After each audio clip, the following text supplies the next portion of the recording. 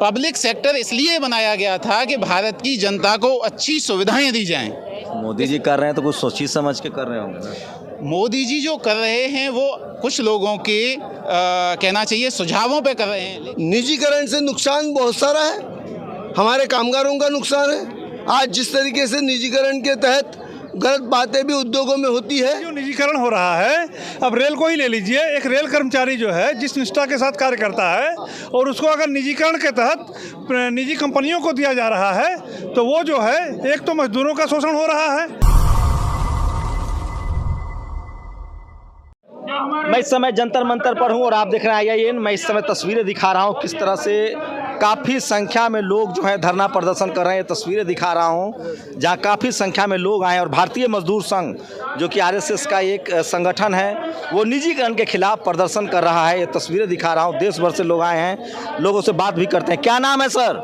राकेश शाह, कहाँ से आए हैं? बड़ौदा। तो बड़ौदा से आके आप लोग प्रदर्शन कर रहे हैं दिल्ली में? यस। गुजरात मॉडल पसंद नहीं है? हैं, गुजरात मॉडल पसंद है। हाँ। लेकिन जो सरकार की नीतियों जो कामदार के विरुद्ध में है उनके लिए हमारी आवाज उठानी होगी। तो गुजरात में तो police private, traffic police private, teacher private, उसको कौन बोला? हम जानते हैं। नहीं, बिल्कुल बिल्कुल 2500 से 10,000 में गुजरात में मुफ्तखोर कोई है ही नहीं। हाँ। अपनी खुद की कमाई से अपने बलबुद्धे पर जीने आप लोग वाले फिर लोग- सरकारी नौकरी क्यों चाहते हैं? कौन? हमारी विरासत में कोई हमारे पास धंधा नहीं था, हमने नौकरी स्वीकार लिया। परमार समाज से हैं? हैं? नहीं, वैष्णव समाज से कैसे बोलेंगे? तो आप बताइए, आप कह रहे हैं मुफ्तखोर नहीं चाहिए तो फिर सरकारी नौकरी क्यों तो चाहिए? इधर ही मिलते हैं, हम नहीं, गुजरात में तो नहीं मिलेंगे। जो दिल्ली से चले आए हैं लोग ऐसे गुजरात में, तो गुजरात में नहीं चले गए। गुजरात में सरकारी नौकरी क्यों चाहिए? प्राइवेट नौकरी ज्यादा अच्छा होता है। में आपको मालूम है तो गुजरात के लोग भारत भर में धंधे के नाते फैले हुए हैं, टूरिज्म के नाते फैले हुए हैं। गुजरात से बढ़कर कोई आदमी है ही नहीं। मोदी जी का विरोध कर रहे हैं आप लोग? नहीं, आपने स्वीकारा है, लोगों ने स्वीकारा है, भारत की जनता ने स्वीकारा है। आप क्यों मोदी के ऊपर ईर्ष्या करते हैं, द्वेष भाव करते हैं? तो फिर निजीकरण, तो मोदी जी निजीकरण कर रहे हैं तो आपको क्या दिक्कत है? कौन करेंगे? नहीं करेंगे क्या वो सरकार- अपना विरासत में मिला है, करेंगे। क्या किया, कितना देखे, वक्त बताएगा क्या करता है। बोलना, बताना, करना अलग सी बात है। निजीकरण तो अच्छा है। नहीं, निजीकरण तो अच्छा है। जहाँ विकास होगा वहाँ निजीकरण होगा।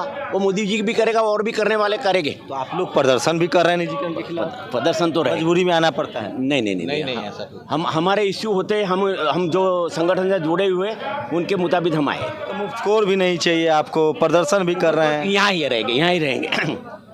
ठीक है, बताइए आप। नहीं। कहाँ से है कहाँ से, तो बता। बड़ौदा। ये दो गुजराती हैं, इनकी बात सुना आपने। चलिए आगे बढ़ाते हैं आप लोगों को, और भी लोगों से बात करते हैं। कहाँ से आए हैं सर आप लोग? जी, कहाँ से आए हैं? मथुरा से। तो आप लोग क्यों चाहते हैं सरकारी नौकरी? निजीकरण के खिलाफ? निजीकरण तो अच्छा है। जो गवर्नमेंट डिपार्टमेंट्स हैं या गवर्नमेंट की PSUs हैं उनका जो ये कहना चाहिए कि उनको जो ये निजीकरण करा रहे हैं उसके खिलाफ BMS ने ये प्रदर्शन किया है।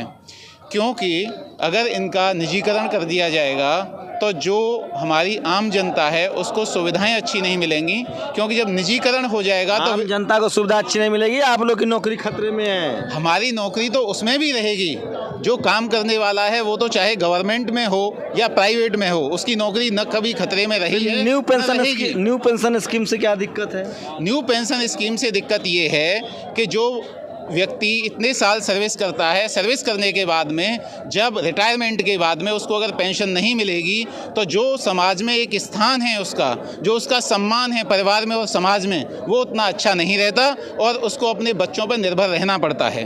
मतलब सरकारी और निजीकरण में आप लोग सरकारी चुनना चाह रहे हैं, बनाना चाह रहे हैं? जो सरकारी है उसका निजीकरण न हो, जो पहले से प्राइवेट है उसके लिए हमें कोई आपत्ति नहीं है, लेकिन जो पहले से सरकारी विभाग है उसका निजीकरण नहीं होना चाहिए। गुड़ खाए गुल्ला से परहेज, मतलब निजीकरण भी चाहिए, सरकारी भी चाहिए। एक बात बताइए, निजीकरण अच्छा है कि सरकारी अच्छा है, या दोनों अच्छा आप कह रहे हैं? ऐसा कैसे चलेगा? देखिए, जो PSUs हैं उसके निजीकरण के खिलाफ हैं। PSUs का मतलब पब्लिक सेक्टर। मैं जानता हूँ सर, जानता हूँ, सेल गेल वेल पब्लिक है वो। पब्लिक सेक्टर इसलिए बनाया गया था कि भारत की जनता को अच्छी सुविधाएं दी जाएं। मोदी जी कर रहे हैं तो कुछ सोची समझ के कर रहे होंगे ना। मोदी जी जो कर रहे हैं वो कुछ लोगों के कहना चाहिए सुझावों पे कर रहे हैं, लेकिन कई बार जो चीज़ें सही होती हैं उसका बीएमएस ने हमेशा सपोर्ट किया है, चाहे कोई भी सरकार रही हो। और यदि कुछ चीज़ गलत होंगी तो उसका भारतीय मजदूर संघ विरोध करेगा, चाहे वो कोई भी हो। कोई भी है, क्या लग रहा है सर, रुकेगी निजीकरण? अब तो हाथ से निकल गया ट्रेनें। नहीं, किस विभाग में? टेलीकॉम सेक्टर में हूँ, टेलीकॉम का महामंत्री हूँ, अखिल भारतीय महामंत्री। टेलीकॉम का तो और सर वहाँ तो बीआरएस अभी बचे हुए हैं, बीआरएस नहीं मिला। यस बीआरएस नहीं, बीआरएस जो स्कीम है जिसके ऊपर आप हंस रहे हो, इतना अच्छा स्कीम सरकार ने एक पैकेज दिया था, स्वैच्छिक सेवानिवृत्ति, सीआरएस नहीं, कंपल्सरी रिटायरमेंट नहीं, स्वैच्छिक सेवानिवृत्ति के तहत वो लोग गए जो यहाँ काम करने में अक्षम थे, जिनको कोई शारीरिक दिक्कत थी, सामाजिक दिक्कत थी, पारिवारिक दिक्कत थी। बाकी ऐसे 64,000 लोग अभी बीएसएनएल में अपनी सेवाएं दे रहे हैं। तो फिर प्रदर्शन काहे कर रहे हैं जब बढ़िया चल रहा है सब? हाँ, प्रदर्शन इसलिए कर रहे हैं, आज बीएसएनएल का जो वर्कर है 2007 के महंगाई भत्ते पे जो उसको वेतन मिल रहा है वो वेतन रिवाइज होना चाहिए, इसलिए प्रदर्शन कर रहे हैं। बीएसएनएल को भी 4G रोल आउट होना चाहिए, 5G रोल आउट होना चाहिए, इसके लिए प्रदर्शन कर रहे हैं। मोदी जी पर भरोसा नहीं है? सर प्रदर्शन इसलिए कर रहे हैं कि मैनेजमेंट जो बाहरी है, वर्कर बीएसएनएल का, इसलिए प्रदर्शन कर रहे हैं। मोदी जी के ऊपर अगर भरोसा ना होता तो हम भी बीआरएस लेके गए होते। तो मोदी जी जब कर रहे हैं कि जियो वाला का प्रमोट कर रहे हैं, तमाम बीएसएनएल के टावर दिए जा रहे हैं, तो आप लोग को भी खुश होना चाहिए। बीएसएनएल के टावर दिए नहीं जा रहे हैं, आप मैनिपुलेट कर रहे हैं। बीएसएनएल के टावर लीज पे जा रहे हैं, कोई किराए पर दे रहे हैं, किराए पे दे रहे हैं, उस पे हमारा, उससे बीएसएनएल अच्छा है, बिना काम किए तनख्वाह लीजिए। ना बिना काम किए तनख्वाह लेने वाले लोग नहीं हैं, ऐसा नहीं कि बिना काम के। अच्छा, अभी तक 4G नहीं मिला बीएसएनएल को, सुने 5G का ऑक्शन हो गया।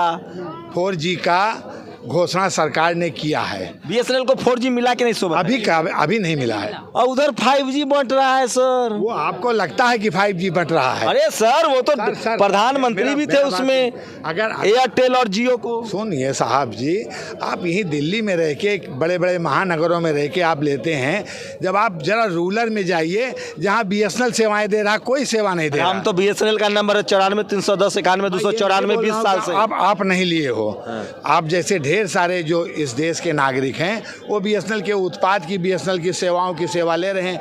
जब आपदा, लेकिन मुझे बताया अभी 4G बीएसएनएल के पास नहीं है।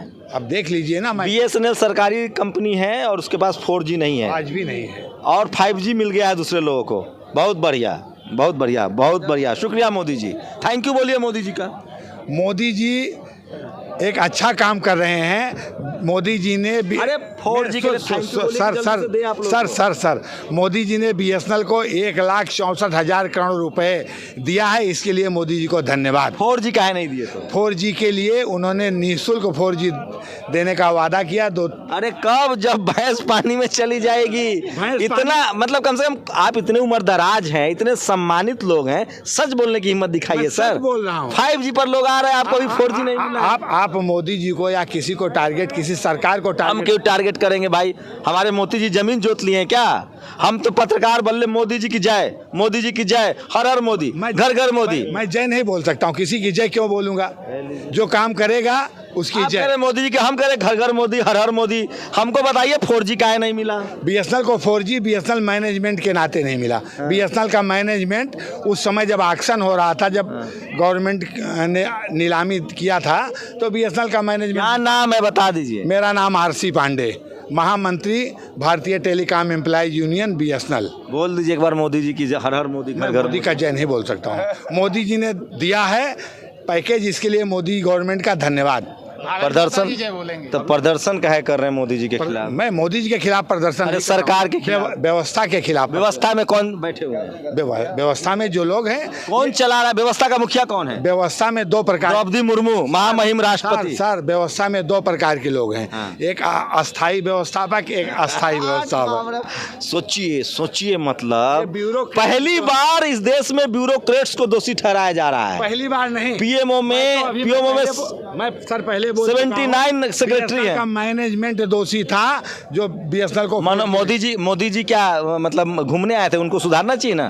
ये सारा जिम्मेदारी मैं मोदी जी के ऊपर क्यों दूं? मोदी जी के नीचे भी लोग काम कर रहे हैं। झंडा फहराते हैं लाल किला वो पर, झंडा फहराएंगे, सारा ट्रेन का उद्घाटन वो करते, कैसे सर आप लोग आए, आप लोग सहमत है मोदी जी? वो देश के चलिए प्रधानमंत्री। पांडे जी, आपने हमसे बात किया, बहुत बहुत शुक्रिया। किस डिपार्टमेंट में है?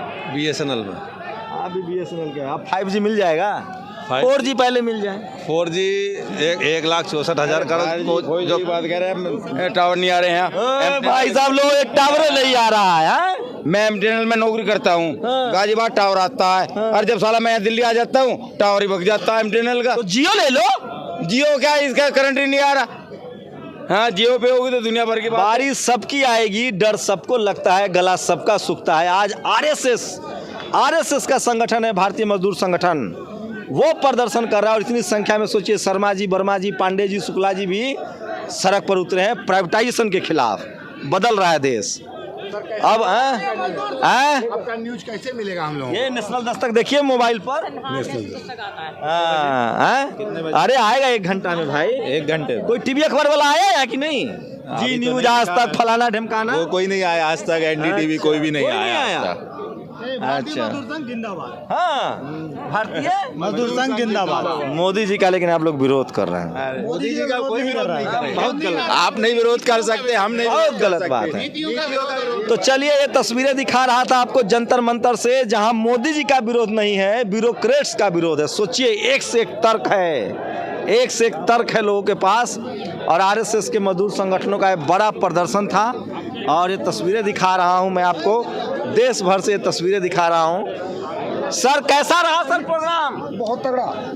आप कैसा महसूस कर रहे हो? आप लोग तो देश भर को जुटा दिए यहाँ। देश भर ही आएगा, और यदि सरकार नहीं मानती तो बार बार आएगा। टीवी अखबार नहीं आया, टीवी अखबार भी आ जाएगा। आया नहीं, आ जाएगा। जैमर लग गया। जैमर तो आप ही लोगों ने लगाया ना। एक बात बताइए, आपने जितनी प्रसिद्धि की उसके अनुसार सरकार ने जैमर लगा दिया। एक बात बताइए, ऐसे चलेगा? मोदी जी इतना मेहनत कर रहे हैं, आप लोग प्रदर्शन कर रहे हैं। मोदी जी मेहनत कर रहे हैं, उसका फल भी देश को मिल रहा है। हम जो मेहनत करेंगे उसका फल कामगारों को मिलेगा। मोदी जी कर रहे हैं तो कुछ सोच समझ के ही कर रहे हैं ना सर। आरएसएस तो उनके साथ खड़ा है। हम भी उन्हीं के साथ खड़े हैं, हम किसी और के साथ खड़े नहीं है। तो ये बताइए, आप लोग आज प्रदर्शन कर दिए, तो प्रदर्शन का करें तो उसमें भी उनकी मंजूरी होगी, इसमें कोई शक नहीं है। तो प्रधानमंत्री के साख को बट्टा लग जाएगा सर। नहीं, प्रधानमंत्री अपोजिशन वाला मजाक उड़ाएगा। कोई मजाक नहीं उड़ाएगा। हमारे अधिकारों के आज टीवी पर बहस होगा कि आरएसएस ने प्रधानमंत्री जी के खिलाफ प्रदर्शन करवा दिया। आरएसएस ने नहीं, भारतीय मजदूर संघ ने कहा। अरे उसी का आरएसएस से जुड़ा हुआ संगठन है सर, आप हमको मत। सही है, बात तो सही है कि आरएसएस से जुड़ा हुआ संगठन है, लेकिन हर किसी की रणनीति के अनुसार वो। आप बताइए सर, निजीकरण से क्या नुकसान है?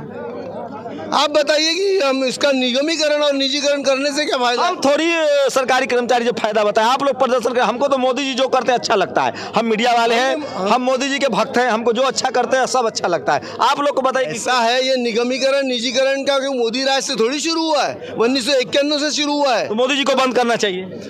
उसके उनके सामने सत्यता लाना ही हमारा काम है। तो बंद क्यों नहीं कर रहे, क्या मजबूरी है? हम सत्यता ला रहे हैं, कोई भी सोच समझ के कार्य करे ना। हम सत्यता ला रहे हैं। उनके मित्र जो है वो अडानी और अंबानी है। कौन मित्र है? अडानी और अंबानी। अरे वो बिजनेसमैन है। हाँ तो मित्र हैं, क्या बिजनेस में मित्र नहीं हो सकते? नहीं, देखिए बताइए ये सब क्या बोल रहा है। नहीं, ये हमारे उसे गलत विचार नहीं जाना चाहिए। हमारे लोग बताइए सर, आरएसएस अब प्रधानमंत्री के, लगता है आरएसएस के नकेल से निकल गए हैं मोदी जी, अब अपना चला रहे हैं। बिल्कुल नहीं। जो भी देश के हित में कंट्रोल है, वो कार्य जो भी देश में है वो कार्य आरएसएस और आरएसएस का स्वयंसेवक करता है। मोदी जी एक कट्टर स्वयंसेवक है, वो देश के हित में ही काम कर रहे हैं, इसमें कोई शक नहीं। तो आप प्रधानमंत्री का विरोध कर रहे हैं, इसका मतलब? हमने कहा प्रधानमंत्री के खिलाफ नारे लगाए, एक तो भी नारा बता दीजिए प्रधानमंत्री के खिलाफ। तो कौन करेगा सरकारीकरण? प्रधानमंत्री करेंगे, हम करेंगे? अरे जो कैसा रहता है, हर चीज की जानकारी प्रधानमंत्री तक पहुंचाना। जो आपको लगता है प्रधानमंत्री दिग्भ्रमित है, उनको जानकारी नहीं है प्राइवेटाइजेशन का? हम ऐसा नहीं बोलेंगे, वो तो सारी चीजें जानते हैं, लेकिन फिर भी जो सच्चाई है, जैसे आज तक सुनिए ना सर, 2014 सुन तो आप भी हमारी बात सुनिए। एक आज सवाल। जिस तरीके से हम सामने गए और उसके बाद मंत्रियों ने हमको बोला कि ठीक है, हम अधिकारियों की भी अकाउंटेबिलिटी चेक करेंगे। अब मेरी बात सुनिए, 2014 से आज तक जंतर मंतर पर इतना बड़ा प्रदर्शन नहीं हुआ था प्रधानमंत्री के खिलाफ। अपने ही उनका संगठन प्रदर्शन कर रहा है। क्या बात कर रहे, 2017 को हमने किया है। वो भी आप भी थे और आप भी, आज भी आप ही हैं, वही तो मैं कह रहा हूँ। बिल्कुल हम ही है ना। घर का भेदी लंका ढाए। नहीं, घर का भेदी लंका ढाए नहीं।